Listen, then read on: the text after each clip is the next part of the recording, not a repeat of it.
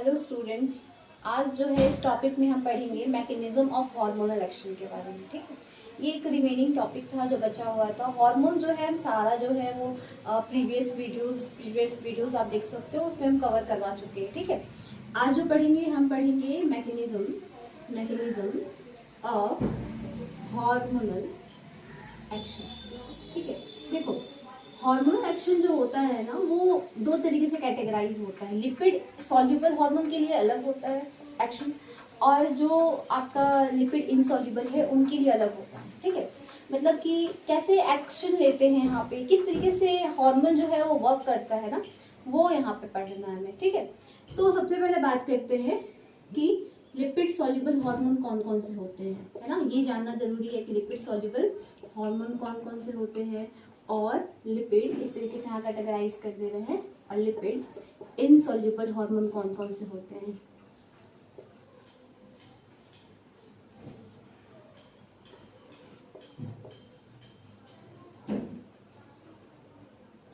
अब lipid soluble का पहले बताइए मतलब क्या समझ रहे हैं आप। लिपिड सॉल्युबल का मतलब क्या, देखो आपको पता है कि हमारा ये सेल वॉल है ना, सेल वॉल है, ये सेल है, और ये प्लाज्मा मेम्ब्रेन है। आपको पता है कि प्लाज्मा मेम्ब्रेन है। ठीक है, प्लाज्मा मेम्ब्रेन में आपको पता होना चाहिए कि जो हमारा लिपिड जो है ना वो लिपिड बाइलेयर से बना हुआ रहता है ना।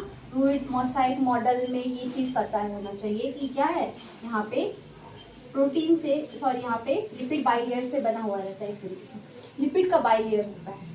लिपिड सॉल्युबल का क्या मतलब है कि जो हार्मोन जो है वो ये प्लाज्मा मेम्ब्रेन को क्रॉस कर जा रहे हैं, लिपिड को क्रॉस कर जा रहे हैं, लिपिड को क्रॉस कर जा रहे हैं, उनको हम क्या कहते हैं, लिपिड सॉल्युबल हार्मोन। और जो लिपिड को नहीं क्रॉस कर पा रहे हैं तो उनके लिए अलग से मैकेनिज्म होगा। हाँ, तो ये जो है हम अगले स्लाइड पे पढ़ेंगे। पहले हम आपको बता दें, कैटेगराइज कर दें कि कौन से हार्मोन्स कैसे होते हैं। ठीक है, देखो पहले लिपिड सॉल्युबल हार्मोन में जितने आते हैं ना वो आइडोथायरोनीन हार्मोन्स होते हैं।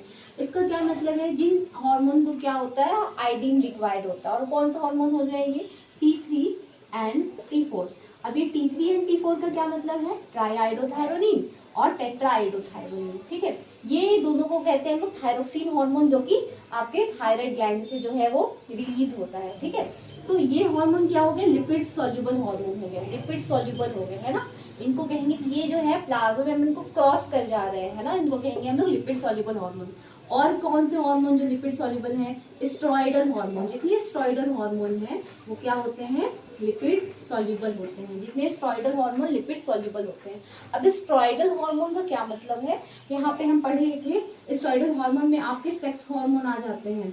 सेक्स हार्मोन जितने हैं वो क्या होते हैं, आपके स्टेरॉयडल हार्मोन होते हैं। टेस्टोस्टेरोन हो गए, है ना, फीमेल में भी एस्ट्रोजन, प्रोजेस्टेरोन, जितने हो जाए ये सब क्या है, आपके स्टेरॉयडल हार्मोन है। ठीक है, और जितने हमारे कॉर्टिकॉइड्स हो गए, कॉर्टिकॉइड्स कहाँ से निकलता था, आपके एड्रिनल ग्लैंड से निकलता था। तो ये मिनरल कॉर्टिकॉइड्स, फिर ग्लूकोकॉर्टिकॉइड्स, गोनाडोकॉर्टिकॉइड्स। ठीक है, तो वो जितने भी हो गए क्या हो गए यहाँ पे, ये सारे लिपिड सॉल्युबल हार्मोन्स हो गए। ठीक है, बात करते हैं कि लिपिड इनसॉल्युबल हार्मोन कौन से हैं।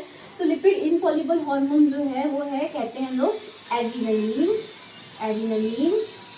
एंड नॉन एड्रिनलिन, है ना। ये क्या हो गए, एड्रिनलिन और नॉन एड्रिनलिन, ये क्या हो गए, ये जो है आपके लिपिड इनसॉल्युबल हार्मोन्स है। ठीक है, और पेप्टाइड हार्मोन जो प्रोटीन से बने हुए हार्मोन्स हैं, पेप्टाइड हार्मोन जो है वो आपके क्या हो गए यहाँ पे, लिपिड इनसॉल्युबल हार्मोन, मतलब कि ये प्लाज्मा मेम्ब्रेन क्रॉस नहीं कर रहे हैं। ठीक है, एड्रिनलिन और नॉन एड्रिनलिन को हम लोग कहते हैं अमीनो एसिड डेरिवेटिव हार्मोन। ठीक है, अमीनो एसिड, क्योंकि ये अमीनो एसिड से बना हुआ है। ठीक है, तो सब कहेंगे अमीनो एसिड डेरिवेटिव हार्मोन, जो कि आपके एनसीईआरटी में, जो आप 11 के एनसीईआरटी में आपको एक चार्ट बना के जो है वो आपको दिया हुआ है। ठीक है, आप उसको जरूर देखिएगा। तो एड्रिनलिन और नॉन एड्रिनलिन को क्या कहते हैं हम लोग, कैटाकोलामाइन भी कहते हैं, कैटाकोलामाइन भी कहते हैं।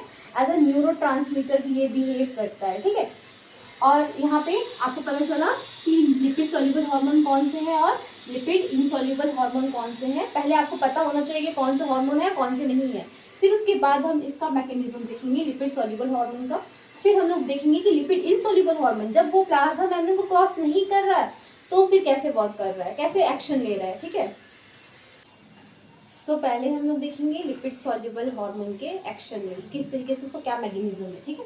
तो सबसे पहले लिपिड सॉल्युबल के बारे में बता रहे हैं, है ना। लिपिड सॉल्युबल का हम लोग क्या देखेंगे, मैकेनिज्म देखेंगे, mechanism of hormonal action, mechanism of hormonal action कि किस तरीके से ये कैसे एक्शन लेता है ना, एक सेल में, वो देखेंगे, ठीक है। देखो ये आपका प्लाज्मा मेम्ब्रेन है, समझिएगा, ये आपका प्लाज्मा मेम्ब्रेन है, ठीक है। ये है आपका क्या, लिपिड बाइलेयर, ठीक है। इस तरीके से हम बता रहे हैं लिपिड बाइलेयर, लिपिड बाइलेयर आपका प्लाज्मा में लिपिड बाइलेयर से जो है ना वो बना हुआ रहता है, कुछ प्रोटीन से, कुछ कार्बोहाइड्रेट से, जिसको हम लोग फ्लूइड मोज़ाइक मॉडल में पढ़ना था उसको, ठीक है। तो देखो ये जो है लिपिड सॉल्युबल में क्या होगा, जब ये प्लाज्मा मेम्ब्रेन को क्रॉस कर जाएगा, क्योंकि ये लिपिड सॉल्युबल है, ये प्लाज्मा मेम्ब्रेन को क्रॉस कर जाएगा, है ना। अब इसका जो प्लाज्मा को जैसे क्रॉस करेगा कहाँ जाएगा, साइटोप्लाज्म में जाएगा, साइटोप्लाज्म में जाएगा, है ना। अब इसका साइटोप्लाज्म का जो रिसेप्टर है, जो इसका रिसेप्टर देखो एंजाइम को बाइंड करने के लिए, ये आप देख रहे हैं हार्मोन को बाइंड करने के लिए एक रिसेप्टर का जरूरत होता है। रिसेप्टर के साथ मिल जाएगा, ठीक है, बाइंड कर जाएगा, तो फिर आगे ये एक्शन जो है वो दिखाएगा अपना, ठीक है। तो इसका जो रिसेप्टर कहाँ प्रेजेंट होता है, इसका रिसेप्टर प्रेजेंट होता है, इस हार्मोन का रिसेप्टर जो होता है प्रेजेंट होता है साइटोप्लाज्म में, है ना। रिसेप्टर प्रेजेंट इन साइटोप्लाज्म, इसमें इसीलिए इसको हम लोग कहते हैं साइटोसोलिक रिसेप्टर,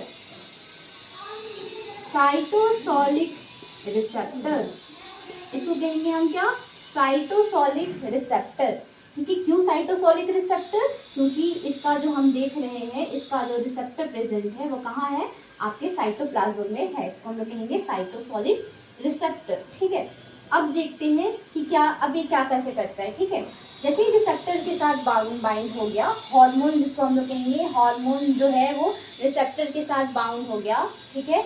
उसके बाद ये कहाँ जाएगा, साइटोसोलिक रिसेप्टर जब उसके साथ बाइंड हो गया हार्मोन के साथ, तो फिर जाएगा ये आपके सेल है ना, सेल में साइटोप्लाज्म में, साइटोप्लाज्म में क्या होता है, न्यूक्लियस होता है। तो ये क्या है आपका, न्यूक्लियस है, और न्यूक्लियस में क्या होता है आपका, जेनेटिक मटेरियल होता है ना, डीएनए है, मान लो ये डीएनए है ना। तो कहाँ जाएगा ये, आपके वर्क करेगा न्यूक्लियस में जाके डीएनए में, फिर डीएनए से आपको पता है ट्रांसलेट होके आपके आरएनए में, और आरएनए के बाद क्या बनेगा यहाँ पे, प्रोटीन्स है ना। प्रोटीन्स जितने दिख रहे हैं यहाँ पे, प्रोटीन्स पे एक्शन लेगा ये, ठीक है, प्रोटीन पे जो भी अपना एक्शन दिखाएगा, है ना। तो ये जो है किस तरीके से काम करता है वो बता रहे हैं यहाँ पे, ठीक है। ये मान लो आपका प्लाज्मा मेम्ब्रेन है, प्लाज्मा मेम्ब्रेन में ये क्रॉस कर गया, फिर जगह आपके यहाँ पे साइटोप्लाज्म में, साइटोप्लाज्म के साथ रिसेप्टर प्रेजेंट होगा, साइटोसोलिक रिसेप्टर कहेंगे। ये जो हार्मोन है ये बाउंड कर गया, है ना, बाइंड कर गया इसके साथ। उसके बाद कहाँ वर्क करेगा ये, न्यूक्लियस में, न्यूक्लियस से डीएनए में, डीएनए से आरएनए में, और आरएनए से फिर क्या बनता है, फर्दर प्रोटीन, तो प्रोटीन में, है ना। और उसके बाद जो उसको अपना बायोकेमिकल जो आपको एक्शन दिखाना है, वो जो है एक्शन जो है वो अपना दिखा देगा, ठीक है। मान लो उसको कोई मान लो कि उसको क्या करना है, ओवरी में दिखाना है, तो फिर कहाँ जाएगा ये, ओवरी पे जो है वो डायरेक्ट जो है वो अपना एक्शन जो है वो दिखाएगा, अपना जो वर्क करना स्टार्ट कर देगा, ठीक है। तो ये जो है लिपिड सॉल्युबल मैकेनिज्म है कि किस तरीके से ये जो लिपिड सॉल्युबल हार्मोन है ये किस तरीके से अपना एक्शन जो है वो दिखाते हैं, ठीक है, ठीक है। अब हम लोग बात करते हैं कि लिपिड इनसॉल्युबल कैसे अपना मैकेनिज्म दिखाता है, लिपिड इनसॉल्युबल जितने हार्मोन्स होते हैं वो किस तरीके से अपना एक्शन जो है वो दिखाते हैं, उनका मैकेनिज्म पढ़ना है, ठीक है।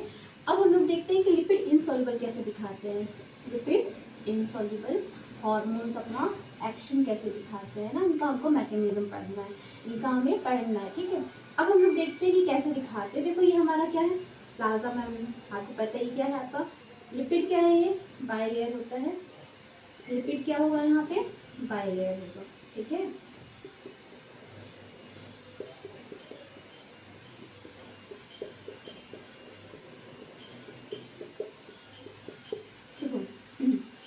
ये क्या होंगे, ये इनसॉल्युबल है, इसका मतलब ये क्रॉस कर पाएंगे, प्लाज्मा मेम्ब्रेन क्रॉस कर पाएंगे, नहीं, इनको क्रॉस नहीं कर पाएंगे। तो इनके रिसेप्टर कहाँ प्रेजेंट होंगे, देखो इनको भी चाहिए ना, हार्मोन है तो इनको भी क्या चाहिए, रिसेप्टर चाहिए ताकि बाइंड होकर क्या करे, अपना फर्दर एक्शन दिखा सके, है ना, अपना एक्शन जहाँ पे भी दिखाना है जो भी, तो आप उसमें दिखा सके। लेकिन इनको क्या चाहिए, यहाँ पे रिसेप्टर तो चाहिए। तो रिसेप्टर कहाँ प्रेजेंट होंगे, इनके एक मेम्ब्रेन में प्रेजेंट होंगे। इनके कहाँ प्रेजेंट होंगे, इनके क्या प्रेजेंट होंगे, मान लो इस तरीके से इनका मेम्ब्रेन है, मेम्ब्रेन में प्रेजेंट होगा, है ना, इसको हम लोग कहेंगे membrane bound receptor, membrane bound receptor. Why membrane bound receptor, है ना, बिकॉज इसका क्या है यहाँ पे, जो यहाँ पे इसका जो भी रिसेप्टर है वो कहाँ प्रेजेंट है, प्रेजेंट इन मेम्ब्रेन, है ना, plasma membrane, receptor present in plasma membrane, है ना, मेम्ब्रेन। अब ये बाइंड तो कर गया, ये बाइंड तो कर गया, इसको ले कौन जाएगा, इसको ले कौन जाएगा, तो एक ऐसे हमारे क्या होता है, यहाँ पे एक प्रोटीन होता है, ठीक है, जैसे प्लाज्मा मेम्ब्रेन के क्रॉस क्या होगा, एक प्रोटीन होगा जिसको हम कहते हैं जी प्रोटीन, जी प्रोटीन, ठीक है, जी प्रोटीन कहेंगे। ये क्या हो जाएगा ना, इसके साथ ना ये रिसेप्टर, जो यहाँ पे रिसेप्टर है हार्मोन, तो इसके साथ रिसेप्टर के साथ जुड़ा ही हुआ है, ये इसको एक्टिव कर देगा, बोलेगा भाई अक्रॉस, अब आइए और आप पास कर जाइए, है ना। तो ये जी प्रोटीन क्या हो जाएगा, वो आपका यहाँ पे इसके साथ बाइंड कर गया, किसके साथ बाइंड कर गया, ये रिसेप्टर के साथ, मेम्ब्रेन बाउंड रिसेप्टर के साथ बाइंड कर गया और बोलेगा चलो हम तुमको लेके चलते हैं, है ना, चलो तुमको हम आगे हेल्प कराएंगे। तो ये इसके साथ बाइंड कर गया जी प्रोटीन। और क्या करेगा जी प्रोटीन, एक्टिव कर देगा एक एंजाइम को जिसको कहते हैं एडिनाइलिन, एडिनाइलिन साइक्लेज, एडिनाइलिन साइक्लेज को क्या करेगा, एक्टिव कर देगा। एडिनाइलिन साइक्लेज को ये एक्टिव कर दे रहा है ना।